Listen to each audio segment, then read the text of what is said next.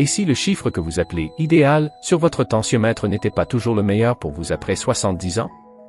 Pendant des années, on nous a répété qu'une tension plus basse était forcément une tension plus sûre. Mais chez certaines personnes âgées, surtout lorsqu'il existe de la fatigue, des vertiges ou un risque de chute, ce fameux chiffre parfait peut parfois raconter une histoire incomplète. Dans cette vidéo, vous allez comprendre pourquoi le nombre affiché ne suffit pas, comment reconnaître les signes que votre corps vous envoie, et quelles questions poser à votre médecin pour protéger votre cœur sans perdre votre énergie, votre équilibre et votre liberté. Restez bien jusqu'à la fin, car la vérité pourrait changer votre façon de regarder votre tension dès aujourd'hui, avec plus de sérénité.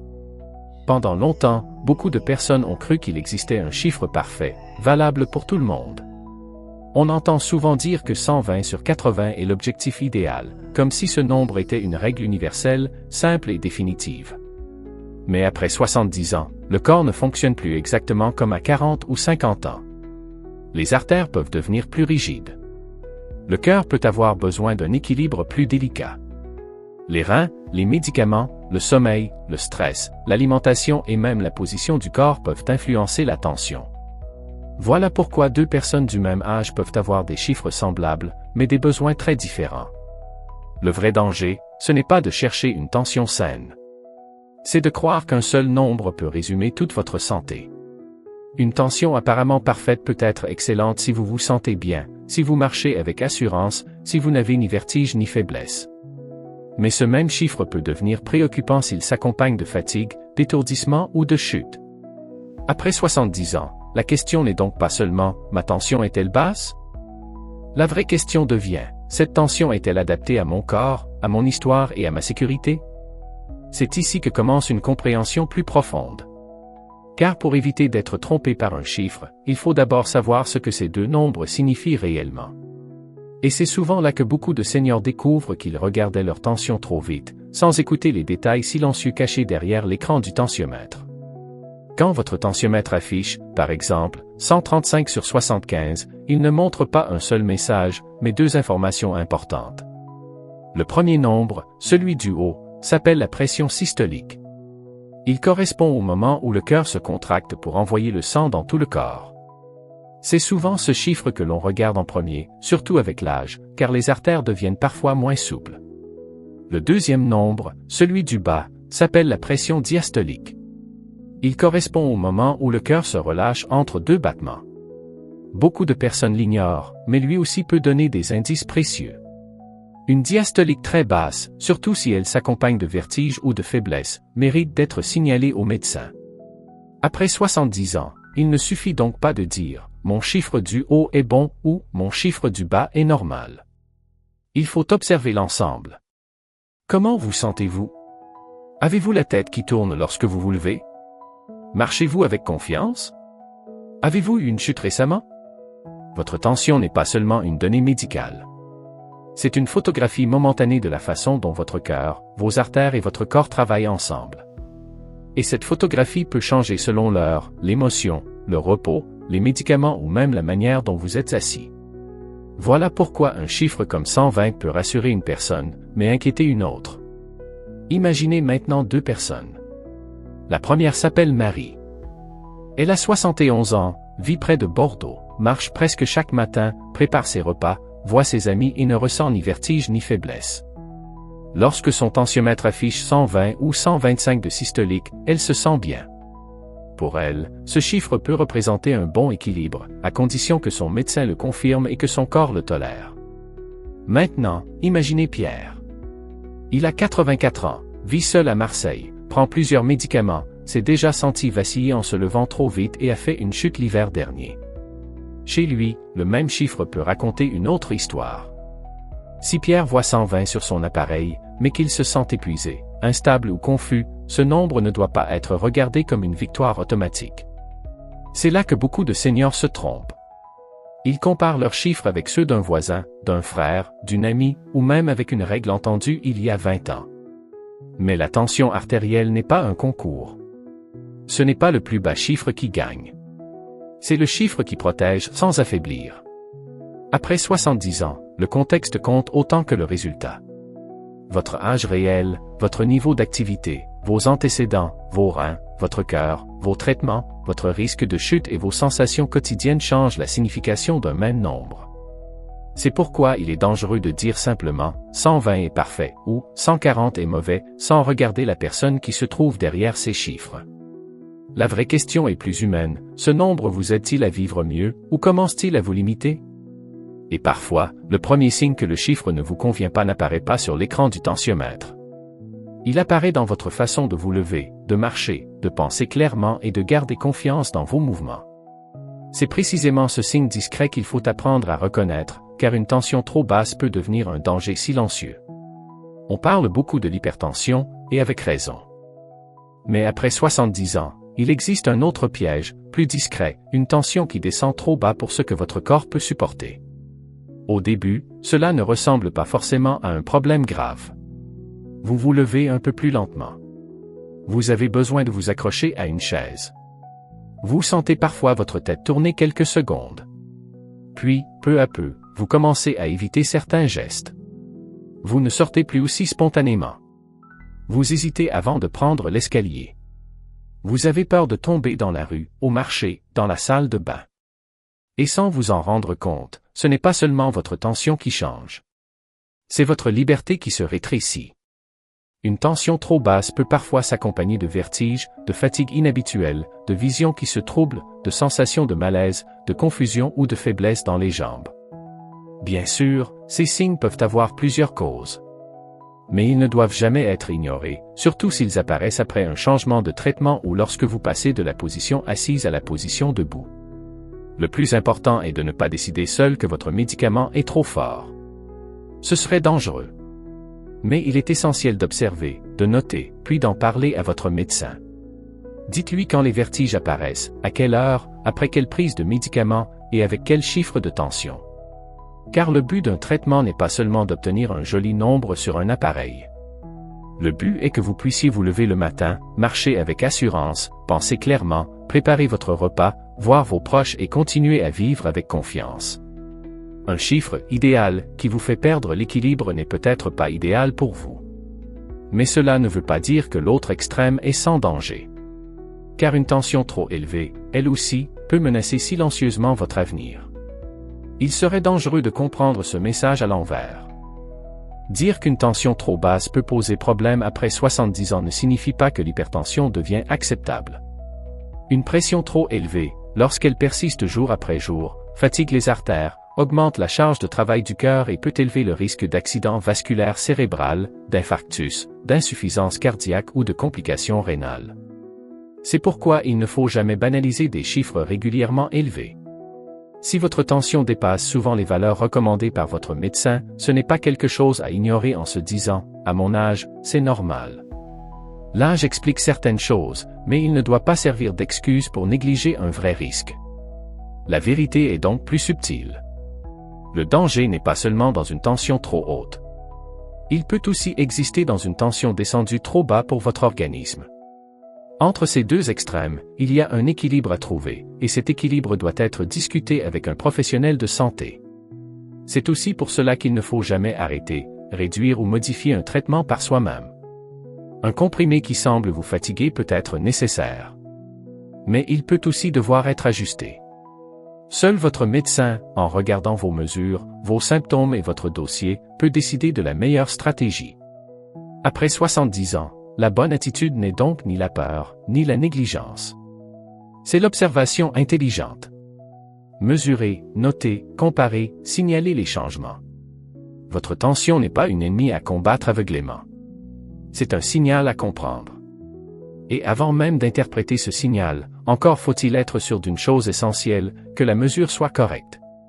Beaucoup de personnes âgées pensent que le tensiomètre dit toujours la vérité. Mais en réalité, l'appareil ne fait que mesurer les conditions du moment. Et si ce moment est mal choisi, le chiffre peut devenir trompeur. Imaginez Colette, 72 ans, qui vit à Nantes. Chaque matin, elle mesure sa tension juste après avoir monté les escaliers, préparé son café et répondu à un appel de sa fille. Elle s'assoit rapidement, place le brassard un peu de travers, garde le bras posé trop bas, puis appuie sur le bouton. Le résultat apparaît, 158. Immédiatement, son cœur s'accélère. Elle panique. Elle reprend une mesure, mais cette fois elle est encore plus inquiète. Le chiffre reste élevé. Alors elle passe la journée avec une peur silencieuse. Mais était-ce vraiment sa tension habituelle? Ou bien une mesure prise dans de mauvaises conditions? C'est une erreur fréquente. Mesurer sa tension après un effort, après une émotion forte, après un café, en parlant, avec les jambes croisées ou sans quelques minutes de repos peut modifier le résultat. Même le stress provoqué par le chiffre précédent peut influencer la mesure suivante. Chez certains seniors, cette situation crée un cercle vicieux. Une mesure élevée provoque de l'anxiété. L'anxiété fait monter la tension. Puis la nouvelle mesure confirme la peur. Et peu à peu, le tensiomètre devient une source d'angoisse au lieu d'être un outil de prévention. À l'inverse, une mesure prise trop vite ou dans une mauvaise position peut aussi donner une impression faussement rassurante. Voilà pourquoi il ne faut pas juger toute sa santé sur un seul chiffre isolé. Le tensiomètre est utile, mais seulement si vous l'utilisez avec méthode. Il ne doit pas diriger votre journée, votre humeur ou vos décisions médicales. Il doit vous aider à mieux observer votre corps. Et pour cela, il existe des gestes simples qui peuvent rendre vos mesures beaucoup plus fiables, plus calmes et plus utiles pour votre médecin. Avant de vous inquiéter d'un chiffre, commencez par créer de bonnes conditions. Installez-vous dans un endroit calme. Asseyez-vous confortablement, le dos soutenu, les pieds posés au sol, sans croiser les jambes. Attendez quelques minutes, respirez normalement, et évitez de parler pendant la mesure. Votre bras doit être soutenu, détendu, avec le brassard placé à la hauteur du cœur. Si vous venez de monter des escaliers, de boire un café, de faire un effort, de vivre une émotion forte ou de recevoir une mauvaise nouvelle, attendez avant de mesurer. Votre tension réagit à votre vie réelle. Elle peut monter temporairement sans que cela signifie forcément que tout va mal. L'idéal est de ne pas se fier à une seule mesure. Faites plusieurs relevés, selon les conseils de votre médecin ou de votre pharmacien, puis notez les résultats avec l'heure, les symptômes éventuels et les circonstances. Par exemple, matin, avant les médicaments, soir, après le dîner, vertige en me levant, ou journée stressante. Ces détails peuvent transformer une simple liste de chiffres en véritable information médicale. Votre médecin ne verra plus seulement 145, 132 ou 118. Il verra le contexte. Il pourra comprendre si votre tension est régulièrement élevée, si elle baisse trop à certains moments, ou si une mesure isolée ne mérite pas de panique.